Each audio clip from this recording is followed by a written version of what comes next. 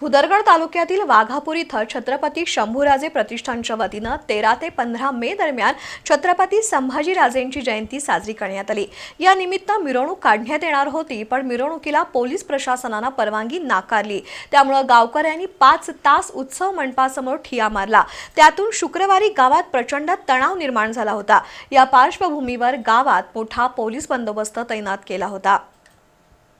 छत्रपती संभाजी महाराज यांच्या जयंतीनिमित्त भुदरगड तालुक्यातील वाघापूर इथं छत्रपती शंभूराजे प्रतिष्ठान यांच्या वतीनं विविध कार्यक्रमांचं आयोजन केलं होतं।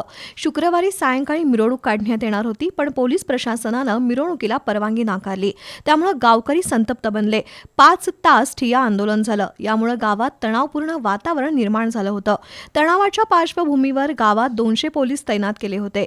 छत्रपती संभाजी महाराजांची जयंती संयुक्तरित्या साजरी करण्याचा वाघापुरातील मंडळांनी निर्णय घेतला होता। मिरवणुकीला परवानगी नाकारल्यामुळे नागरिक संतप्त बनले होते।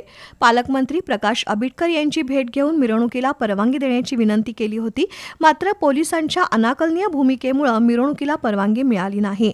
याबाबत भुदरगडचे पोलीस निरीक्षक गोरख चौधरी यांच्याशी संपर्क साधला असता कोणताही अनुचित प्रकार घडू नये यासाठी प्रशासनाच्या वतीनं योग्य पावलं उचलली जात आहेत असं सांगण्यात आलं।